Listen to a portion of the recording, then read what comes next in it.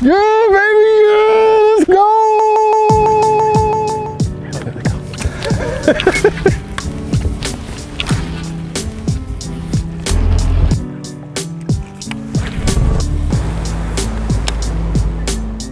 Hey guys, we brought the OG over in 2020 from Australia. It's used to catch big GT over on the Great Barrier Reef. And I've been fishing this bait now since 2020 for 5 years. It is by far my favorite bait to throw out of anything I have in my boat. And I just wanted to take some time to just walk you through everything. I'm gonna give you my retrieves, what makes this bait so special for catching big fish, and just give you all the juice.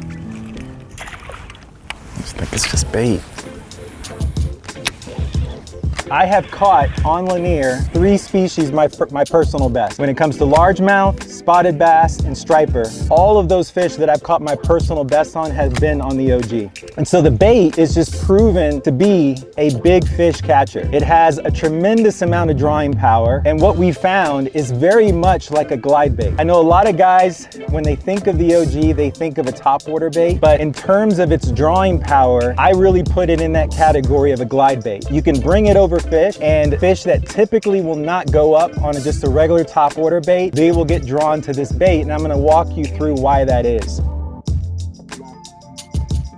What makes the OG so unique is that as you're working over fish or over structure, you can bring the bait and actually make it dive and come back up. And so it has this very lifelike action to it, like in terms that it never does the same thing. When you can work it in a tremendous amount of different ways, and I'm actually going to walk you through all of my retrieves that I do to draw bites.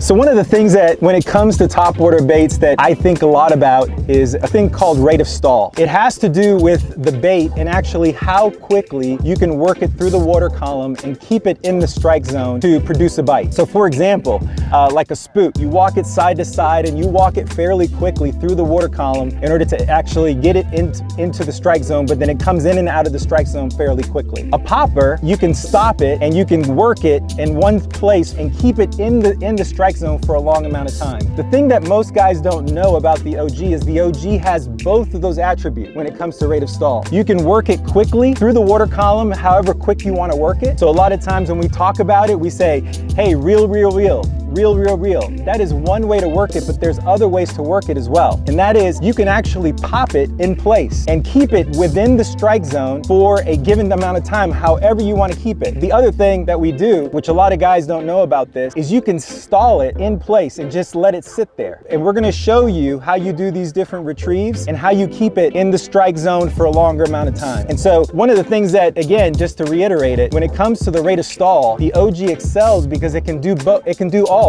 It can cover the spectrum. You can work it slow, you can work it fast. You can keep it in the strike zone for a longer amount of time than you normally would a walking bait. You can pop it like a popper. So it's super versatile. All right, you want to do the filming this cardinal right now. Yeah. Give Michael some cardinals in Australia. Yeah. There you go, Michael. There's a cardinal. There's a cardinal, bro. You don't have those in Australia, I don't think. I think it's beautiful, actually. All right, I'm gonna walk through my setup and then we're gonna do the retrieves. Okay. All right? Yeah.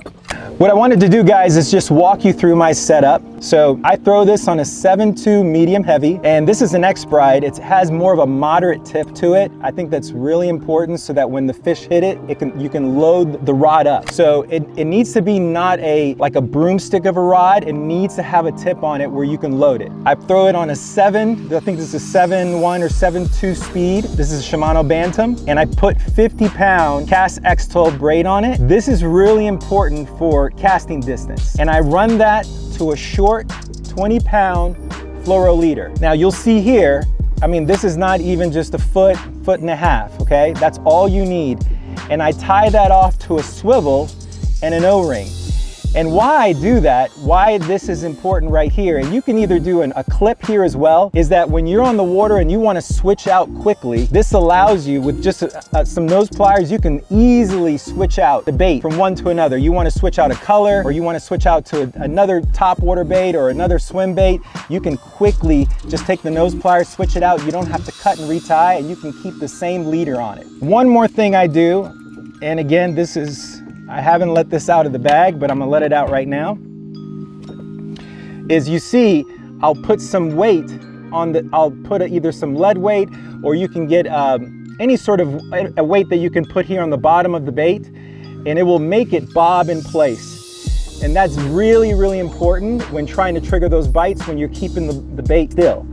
The other thing it does is you always want the bait to sit in this place in the water column. You don't want it like this, you want it like that, okay? And what it does is the bait will actually swim and it will come up and then it will bob in this direction. And that's really, really important for triggering those bigger bites. Also, if you think about it like a glide bait. A glide bait is working through the water column, and as you stall it, the glide bait can sit there. Same thing with the OG. The OG will come up, it will sit there, and you can just make it sit in place just like a glide bait and trigger those bites and just work it a little bit to the left, a little bit to the right, and get that fish to track with it and eventually commit.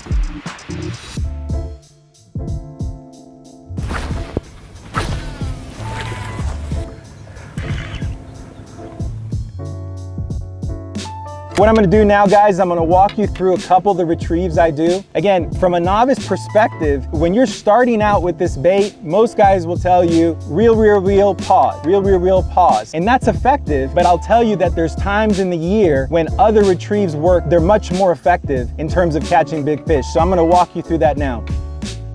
All right, guys, first I'm just gonna go over the traditional way that everybody talks about. So what you wanna do is get your rod facing downwards and you just reel the bait. What it does, it makes it kick down and then come back up. That's it. 2 to 3 turns and then repeat. Okay? That's the first way. That's the way that everybody knows about. One of the things I do when I'm working the bait over a group of fish, I will stop it and then I will pop it in place. And so what I do is I take this reel and with slack line, I do a quick jerk to the bait, and it makes it slash. That triggers some tremendous bites, especially towards the fall of the year. So let's say you have a school up on it, right? What you want to do is just with some slack line, you pop it.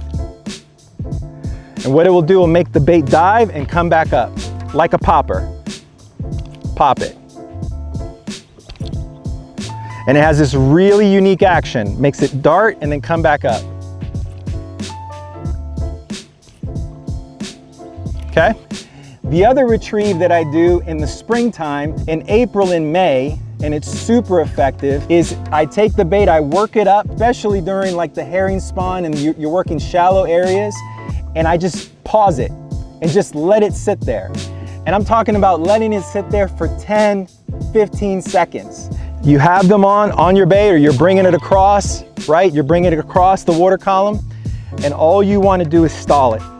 You just let it sit there. It just bobs up and down in one area. You're not doing anything with it.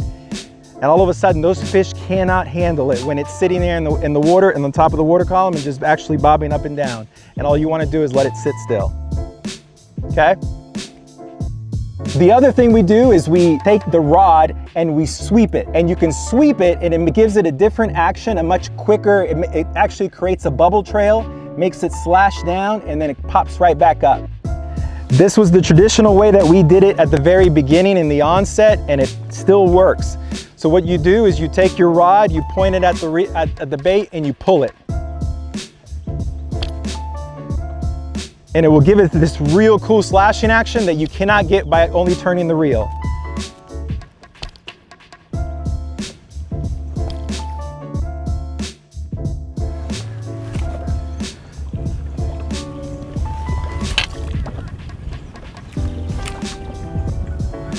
Gosh, what a cool action, man. All right, cool. Now I just want to show them. Woo!